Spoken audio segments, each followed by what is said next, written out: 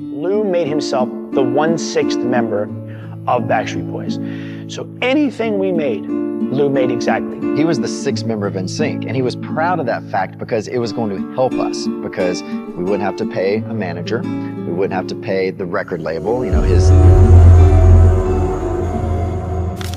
Dahil mainit ngayon ang issue ng mga buhaya at malawakang panggagago at pagnanakaw sa Pilipinas, pag-usapan natin ngayon sa videong ito ang kapwa nila Dugas at Ganid. Tulad nila ay may limpak-limpak din siyang pera. Laging nakasakay sa maalin sa koleksyon niya ng mga mamahaling mga kotse. May private plane, may malapalasyong tahanan, at nagmamay-ari pa ng iba pang mga material na mga bagay na halos kahit sa panaginip ay hindi natin makukuha. Pero para sa mga Ganid at mga swapang na katulad nila, tila ba kulang na kulang pa rin yung meron sila. Patuloy pa rin sila ng lalamang ng kapwa dahil walang katapusan ang kanilang pagiging gahaman. Kilalanin natin si Lou Pearlman, ang tao sa likod ng pagbuo ng maraming hinangaan nating mga boy bands noong araw, at sinasabing galing din sa kanya ang idea kung paanong binuo ang mga K-pop group na sila namang tinatangkilik ng mga kabataan sa panahon natin ngayon. Kung wala siya ay maaaring hindi rin nabuo ang dalawa sa mga pinaka-successful at pinakamalaking boy band sa kasaysayan, ang Backstreet Boys at NSYNC, dalawang boy bands na nagbigay sa atin ng napakaraming mga timeless na mga awitin na naging malaking parte ng ating mga buhay. Pero ganun pa man, kahit masasabi nating utang ng mga boy bands na ito ang kanilang dinanas na tagumpay kay Lou Pearlman, o dapat nating ipagpasalamat sa kanya na nagkaroon sa panahon natin ng Backstreet Boys, NSYNC, Take 5, O-Town, LFO at iba pa, hindi naman katanggap-tanggap ang naging kapalit noon sa mga iniidolo natin. Natatalakayin nga natin dito sa video nating ito. Alamin natin kung paano nga bang nabuo ng isang Lou Pearlman ang napakalaking mga boy bands na ito, at nagawa pang baguhin ang hugis ng musika noong panahon na yon. Kahit na isa lang naman itong negosyante na wala namang kinalaman sa musika, paano niya nagawang pagsabungin ang Backstreet Boys at NSYNC para mas mapakinabangan niya ang mga ito sa mali niyang gawain? Paano niya nagamit ang mga boy bands na ito sa pagpapatakbo niya ng itinuturing na isa sa mga pinakamalaki at pinakamatagal na namayagpag na Ponzi scheme sa kasaysayan ng Amerika? Ano nga bang nagtulak sa taong ito para sambahin ang pera? At ano na ang nangyari sa kanya? Pag-usapan nating lahat yan, pero bago ang lahat ay inaanyayahan muna kita mag-subscribe at i-like na din ang videong ito bilang suporta sa ating channel. Maraming salamat mga idol!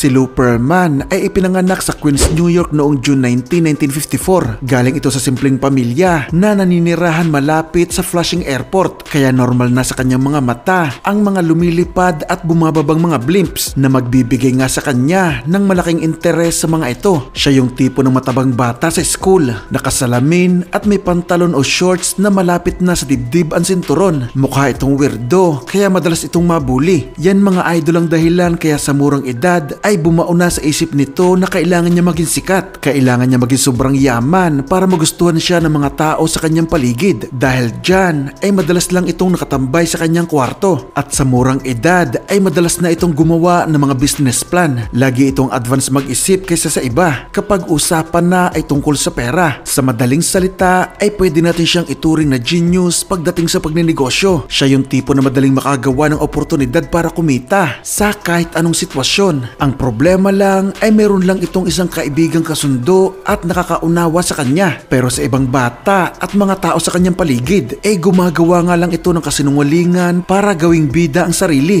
Ito ang naging paraan niya para tanggapin siya ng mga ito, na sa huli mas nakilala nga lang lalo si Lou Pearlman sa murang edad pa lang na isang sinungaling. Nabawi niya namang kalaunan ang kanyang nasirang reputasyon noong mapatunayang totoo pala ang isa niyang sinasabi na pinsan niya ang sobrang sikat noon na si Art Garfunkel, ang isa sa duo na Simon and Garfunkel. Ang kasikatan ng pinsang si Art Garfunkel ang naging dahilan kaya unang nagkaroon ng interes si Lou Pearlman sa music business. Nangarap siya maging katulad ng napakasikat niyang pinsan. Pero syempre, alam niya sa kanyang sarili na wala siyang kalidad ng isang sisikat na singer. Kaya kahit teenager pa lang ito, ay nagmanage na lang ito ng isang banda. Pero hindi niya naramdaman noon na yayaman o magtatagumpay siya sa ganung larangan. Kaya ibinaling nito ang atensyon sa aviation o sa aircraft aircraft industry. Sinimulan niya ito sa pag-aaral ng business sa Queens College at sa unang taon pa lang nito ay nakabuo na agad ito ng isang business plan na may idea ng pagkakaroon ng helicopter taxi service sa New York City. Hindi nagtagal ay nakapagtrabaho ito sa Goodyear, kaya masasabi natin na sobrang talino talaga ng taong ito. Lalo na at noong kalauna na nakakuha ito ng idea ay basta na lang itong umalis sa trabaho at nagtayo ng kanyang sariling kumpanya. Lou and I decided to try to start a blimp company. Lou named the company Airship Enterprises Limited. Kapartner ang kaibigan niya mula pagkabata na si Alan Gross ay nabuo nila ang Airship Enterprise Ltd. At dito nga magsisimulang makita na kahit nga nakakahanga ang kakayahan nitong magkapera ay nakakasuka at nakakatakot naman ang kanyang pamamaraan. Wala itong pakialam sa iba. Gagawin nitong lahat kahit ang magsinungaling para magkapera. Katunayan, noong may isang kumpanyang bumili at naniwala kay Lou Pearlman na top of the line aircraft ang ibinibenta nitong blimp ay wala ngang ibang nakaalam na sobrang luma na pala nun. Ang totoo ay nabili lang yon ni Lou Pearlman sa halagang $10,000 at alam nito na sobrang laki ng posibilidad na bumagsak yon. So on the day that it was supposed to fly up to New York for the Jordache party on October 8th, it was going to crash. I think Lou's intent was to commit insurance fraud right from the get-go, and it had to crash so that he could actually put in an insurance claim. Nagawa niyang lukuhin ang lahat, ang kliyente, ang matalik na kaibigan at maging ang insurance company. Dahil insurance na $3 million ang habol talaga ni Lou Pearlman sa naturang transaksyon na nakuha nga niya sa huli. Wala siyang pakialam kahit maging kapalit noon ay pagkasira ng kanyang relasyon sa nag-iisa at matalik niyang kaibigan mula pagkabata na si Alan Gross. Oo mga idol, maduming perang maituturing, pero doon na nagsimula ang mas malaking negosyo ni Lou Pearlman. Doon na nagsimula mas maging gahaman ito at tila ba planado ng lahat kung saan siya tutungo. Mula sa New York City ay lumipad nga ito patungo sa Orlando. Bumili siya doon ng bahay at isang malaking blimp. Ginamit niya yon para magtayo ng kumpanyang Airship International Ltd. na dahil nga sa ganda ng plano at sobrang galing nito sa pagninegosyo ay hindi nga ito nahirapang mapalaki ang kumpanya. Naging partner niya agad ang tatlo sa pinakamalaking kumpanya noon sa US, ang SeaWorld, MetLife at McDonald's, na naniwala sa kanyang napaka-genius naman talagang idea ng paggamit ng blimp para sa advertising. Dahil dyan ay hindi na rin nagtagal na nakilala si Lou Pearlman sa mundo ng airships na nagbukas nga sa kanya ng pinto ng mas malaki pang oportunidad para kumita. Naging parte ito ng Transcontinental Airlines, isang bigating air charter na ang malimit nga nilang pasahero ay mga nagtutur na mga banda. Pero walang pakialam si Lou Pearlman sa kinikita niya dito dahil may mas malawak siyang plano na pagkakapirahan gamit ang sikat na pangalan ng kanilang kumpanya. Nang himok ito ng mga tao na gusto mag-invest sa naturang kumpanya sa pamamagitan ng stocks at retirement accounts na ang layunin lang nito ay mang-scam ng mga tao. At syempre dahil nga sa tamis ng dila nito ay hindi nga siya nahirapang kuhanin ang tiwala ng mga taong kanyang lalapitan. At habang patuloy nga siya sa ganitong gawain ay meron na naman niyang dumating sa kanya na oportunidad para kumita. Isang grupo ng pasahero ang magbibigay sa kanya ng idea para pasukin ang music industry. Ito ang boy band na New Kids on the Block. Nagtaka kasi si Lou Pearlman kung bakit nakakaya ng mga ito ang napakamahal na presyo ng kanilang serbisyo. Kaya agad nitong inimbestigahan kung saan sila kumukuha ng pera. At hindi nga nagtagal ay nalaman nitong bilyon pala ang kinikita ng naturang grupo. Syempre hindi niya ito palalampasin. Agad niyang pinag-aralan kung paano gumagana ang sistema ng pagbuo at pagmamanage ng isang boy band. $200 million in record sales and $800 million in touring and merchandising. I was like, I'm in the wrong business. I think I can do that. I think I can put a group like that together. Na dahil nga sobrang taba ng utak ng buhayang ito, agad nga itong nakabuo ng kanyang sariling plano. Agad siyang bumuo ng kanyang sariling boy band noong taon ng 1992. At dito na nga papasok mga idol ang Backstreet Boys. Nag-hire ito ng mga kailangan niyang tao mula choreographers hanggang sa mga songwriters. At dumaan nga ang boy band na ito sa napakatindi at napakahirap na training. We're working our asses off day in and day out. Lou had these gondola hangars for his airships. No air conditioning in there. It was hot as balls. We would learn how to dance, we do choreography, and we would learn how to sing on a microphone without being out of breath. I think that was the beginning of us really bonding. We were inseparable. Pero nakatulong naman yon para mabuo ang solidong relasyon ng bawat miyembro at nahubog talaga ang talentong nagdala sa kanila sa rurok ng kasikatan. Alagang-alaga din sila ni Lou Pearlman. Ibinigay sa kanila ang buhay na walang problema sa kahit ano. Mga luho, masasarap na pagkain sa mamahaling mga restaurants, mataas na kalidad ng mga training, tahanan ng grupo at magarbong mga party. Kaya habang nag-uumpisa ay tumayo ito na parang tatay ng buong banda. Ipinaramdam nito sa Backstreet Boys na para silang isang malaking pamilya, na wala silang kaalam-alam na lahat palang ito ay ibabawas ni Pearlman sa kikitain nila sa hinaharap. At kaya sobrang lambing nito sa kanila dahil may dugo ito ni Darna.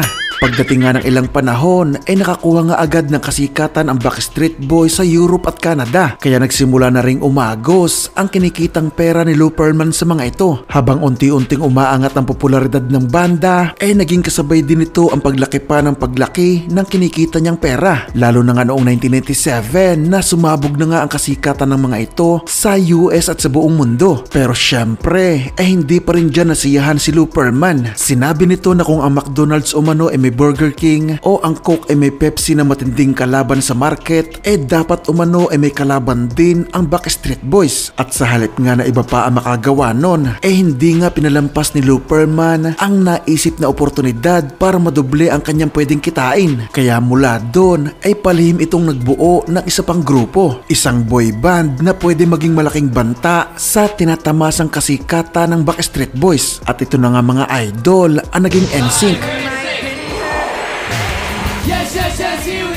Dumaan sa parehas na proseso ang paghubog sa mga ito at ginawa talaga sila bilang kabaligtaran ng Backstreet Boys. Pero kabaligtaran ng Backstreet Boys na walang kaalam-alam sa nangyayari, alam nga ng NSYNC na hawak din ang mga ito ni Lou Pearlman. Kaya naging madali lang kay Lou Pearlman na gumawa ng kasinungalingan sa NSYNC para makaramdam ang mga ito ng galit sa Backstreet Boys. Kaya naging mainit at totoo talaga ang rivalry na nangyari sa dalawang boyband na ito sa mga unang taon ng kanilang kasikatan. We always felt like the redheaded stepchild. We couldn't even go into the record label because the employees there didn't know we existed. And Lou did not want them to know about us just yet because he didn't want to upset the boys, the Backstreet Boys. Lou would come to us and be like, "Oh, can you believe the Backstreet Boys? Can you believe what they're doing now? This is ridiculous, whatever." And then you'd go to them and be like, "Oh, can you believe what the NSYNC boys are doing? They're not listening to me at all. They're doing this, they're doing this. You guys are so much better." I mean, if I were the Backstreet Boys, I would have hated us too, you know? Hindi pa rin nakontento dyan si Lou Pearlman, mga idol. Patuloy pa rin itong bumuo ng iba pang mga grupo na pwede niyang pagkaperahan. Katunayan ay niligawan din ito ang noon 16 na taong gulang pa lang na si Britney Spears para maging bahagi sana ng kanyang binubuong girl group na Innocence. Pero swerteng nakatakas ito sa galamay ni Pearlman. Noong taon ng 1997 ay bumenta na ang Backstreet Boys ng kabuuang 27 milyong kopya sa buong mundo sa mga album nilang Backstreet's Back at sa muli nilang inirelease na debut album na Backstreet Boys. Syempre sobrang lakas na din nila sa mga tours noon. Pero ang problema mga idol ay habang kumikita na ng mahigit sa 10 milyong dolyar si Lou Pearlman, $300,000 lang pala ang napunta noon sa banda. Kaya pagpasok ng 1998 na saktong sumabog naman ang kasikatan ng NSYNC, umugong din ang balita ng pagdidemanda ng Backstreet Boys kay Lou Pearlman, kung saan ay dito na rin nila nalaman na ito rin pala ang nasa likod ng NSYNC. Nauwi ang kaso na yun mga idol sa tuluyang paglaya ng Backstreet Boys sa kamay ng ganid na si Pearlman. Hindi rin nagtagal noong 1999 ay muli itong humarap sa korte na sa pagkakataon namang yon ay para naman sa reklamo ng NSYNC dahil katulad ng naging problema ng Backstreet Boys hindi nga rin tumupad si Pearlman sa mga ito sa usapang patas na hatian sa kinikita. You start thinking in your head like, what could it be? Is it 6 figures? Is it $1 million? Like, what am I about to fall into right now? My life is about to change. I open up the envelope, I see the check, and the check was $10,000. But when you compare it to how many hours that we had put in to this group for years, It didn't even touch minimum wage at all. Mas naging mahaba ang laban ng NSYNC kay Lou Pearlman sa korte dahil sinubukan pang kasuhan ni Pearlman ang NSYNC at label na Jive Records. Humingi ito ng $150 million bilang pagsira umano sa kontrata ng mga ito sa kanyang Transcontinental Records. Hakbang din ito ni Pearlman para pigilan ang pagpunta ng NSYNC sa Jive Records. Ganon din ang pagbabawal ng paggamit ng pangalang NSYNC na ayon dito ay kanyang pagmamay-ari. Sa pilitan din itong pinapasauli sa NSYNC ang master recordings nang noon ay binubuo nilang pangalawang album. Sa huli mga idol noong 1999 mas pinabura ng korte ang NSYNC at nagkaroon nga ng kasunduan na magkabilang panig sa labas ng korte na sa huli inauwi din sa tuluyang paglaya din ng NSYNC kay Pearlman. At ngayon ngang nawala ang dalawa niyang ginagatasang boy bands ay lumikha naman ito ng isang reality television series na Making the Band noong taon ng 2000. Dito niya nabuo ang O-Town. Nagsagawa din ito ng kabi-kabilang auditions para sa iba pang mga grupo na binuo nito tulad ng LFO, Take 5 at Innocence. Nagawa din itong mapapirma sa kanyang Transcontinental Records ang mga katulad ni Aaron Carter, Jordan Knight at iba pang mga nagkaroon din na pangalan ng mga artist na halos lahat ay nauwi din sa demandahan. Nagpatuloy naman ang pang-i-scam ni Pearlman sa mga nabubulag niyang mga investors na ayon sa mga biktima ay patuloy umano nitong ginagamit na pang-akit sa mga investors ang pagmamalaki nitong kanya ang Backstreet Boys at NSYNC hanggang noong 2006 ay nabukon na kinauukulan ang kagaguhang ginagawa nito na itinuring pa nga na isa sa mga pinakamatagal at pinakamalaking Ponzi scheme sa kasaysayan ng Amerika. Tinatayang nasa mahigit na $1 bilyong ang nadali nito sa mga investors at nasa $300 million pa ang nawawala. Kaya sinabayan ito ni Pearlman ng pagtakas patungo sa iba't ibang mga bansa. Nagpalipat-lipat ito sa Germany, sa Russia, Israel, Spain, Panama, Brazil at sa wakas ay naaresto sa Bali, Indonesia noong June 14, 2007. Nasistensyahan ito ng 25 taon ng pagkakabilanggo at inatasan ng korteng bayaran ang lahat ng investors na naloko nito sa pamamagitan man ng pera o mga assets na pwedeng kuhanin sa kanya. Kaya sa huli mga idol ay nawala ding lahat ang kanyang ipinundar at naging kasama na din ang kanyang sariling buhay dahil noong August 19, 2016 sa edad na 62